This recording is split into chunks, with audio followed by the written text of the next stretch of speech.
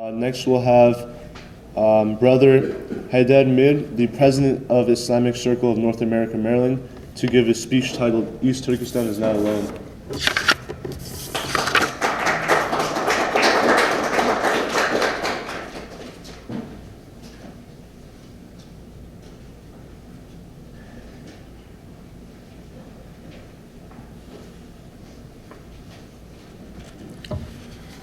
Alhamdulillahi Rabbil Alameen, as-salatu was-salamu ala rasulihil kareem, amma ba'd, fa'udhu billahi minash shaitanir rajeem, bismillahir rahmanir rahim.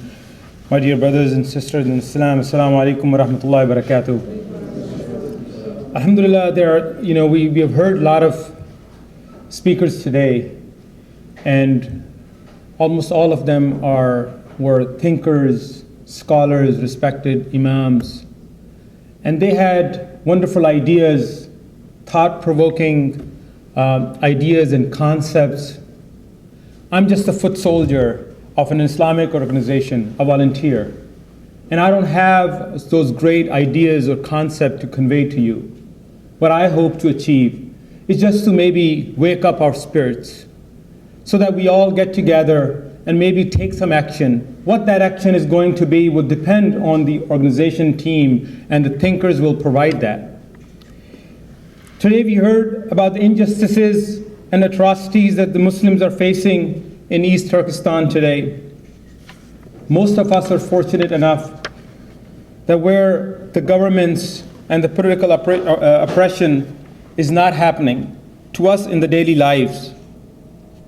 However, these people are living in the kinds of strife that we pray that we'll never experience. Beside the political unrest in the area, and the violence that has erupted thereafter, the acts of communist China towards the people is direct violation of human rights. Humans should be given the right to claim the land that is theirs and to practice a religion that they wish to practice. Not only are these rights part of Islamic and American law, but they're also a component of basic humanity. We have just left the holy month of Ramadan. Imagine being humiliated for fasting, being force-fed, being forced to abandon our homes to live in new places, seeing the most respected people in our communities being forced to go out to dance, to humiliate themselves in that manner. And for most of us, this is beyond imagination. It transcends the natural humanity that we have in us as individuals. So why, when others are going through these trials, seeing these inhumanities, are we silent? Why do we not raise our voice in protest at these events, at these atrocities? Why do we not speak up?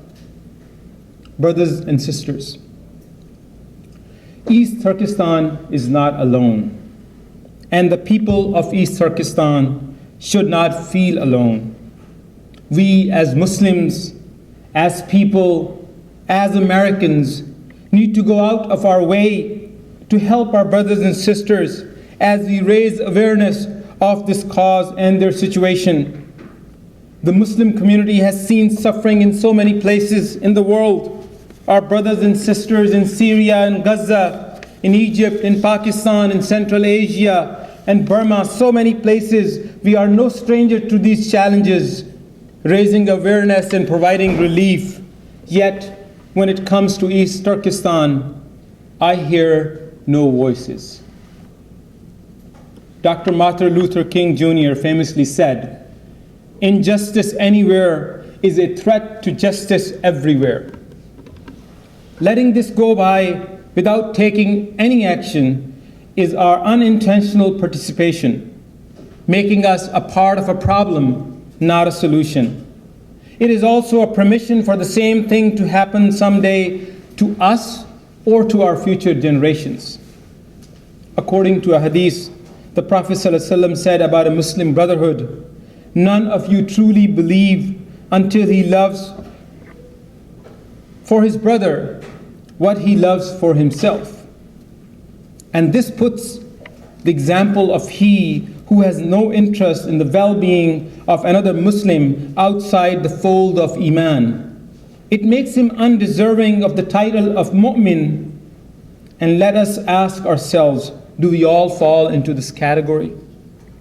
Respected brothers and sisters, we see a serious crisis in Muslim Ummah today. Things are happening around us every day. We see images of Muslim men, women, and children driven from their homes, becoming refugees, losing all their life's belongings, their properties, and their honor being lost in the bombshells, and the blood spilled with shower of bullets every day. We see our sons and daughters being pushed into unmarked vans for never to be seen again. And we see our respected scholars and blindfolded and treated like thugs. Yet, what is our response? Some people would switch the channel or pretend that this was in some other faraway land, with hopes that our children will not have to ask any questions, or hope that our children did not see it, or they're not disturbed by these images. Their hearts seems frozen. However, a hadith narrated by Abu Sa'id al-Khudri describes a second group of people. Whosoever of you sees an evil, let him change it with his hand. And if he is not able to do so, then with his tongue. And if he is not able to do so, then with his heart. And that is the weakest of the faith. I hope that we all belong to the second group of people who sometimes seems unable to act, not because we don't feel the pain of our brethren, but because we don't know what to do. We all have good intentions. We all have love of Ummah of the Prophet ﷺ in our hearts, yet we are unable to add or share the effort towards resolving the problem. For us, this hadith should give us guidance. The best reaction to stopping an evil is with our hands. This refers to any practical action we can take to help out, including peaceful demonstrations where appropriate, raising funds to protect and support who are impacted by this, organizing ourselves to be more effective, and reaching out and working with other organizations who have common objectives and care for these causes.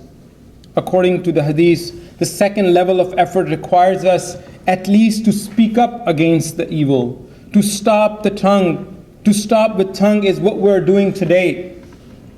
It is raising of awareness, this education about the offenses to speak against and to condemn them, writing letters to political elite and media outlets, as our American friends are usually kept unaware of what is happening beyond the Atlantic Ocean. However, raising awareness does not have to be limited to events like this. First, we should educate ourselves and learn, and our children, about the situation and the desired plan of action. And then find every opportunity in our family events, gatherings, and masajid to talk about these events and this situation. Our children, especially those who are school-going or college-going age, should be well informed of what is going on in the Muslim Ummah today. Alhamdulillah, this is the level that most of us have reached today, but we always seek higher, do better, and do more. Alhamdulillah. According to a hadith, the lowest level of faith is to at least feel bad about the situation in our hearts. Yes, this is the lowest level of Iman, but don't underestimate its value. If we find ourselves in a situation where we cannot do anything visible, then feeling this pain in our heart is also important, as long as we continue to look for opportunities to do more. Let's also not forget one other very important aspect. The step that we can take is to make dua in our private moments with Allah subhanahu wa ta'ala. This is not to be taken as something minor. Dua is a weapon of a believer, and it can change outcomes based on the level of sincerity and the effort. Dear brothers and sisters, I would like to mention one final hadith. of the Prophet Muhammad sallallahu alaihi wasallam. This last hadith has been phrased in many different ways, but it sums up the idea that all believers are like one body. And if one part of this body is hurting, the whole body should feel that pain. I think this is a beautiful way to describe our relationship with the events and the people in East Turkestan. It is up to us to assist in the rebirth of a nation that is free of oppression. Ladies and gentlemen, the caravan is moving on. Would you join the caravan? سبحانك اللهم وبحمدك أشهد أن لا إله إلا أنت أستغفرك وأتوب إليك. السلام عليكم ورحمة الله وبركاته.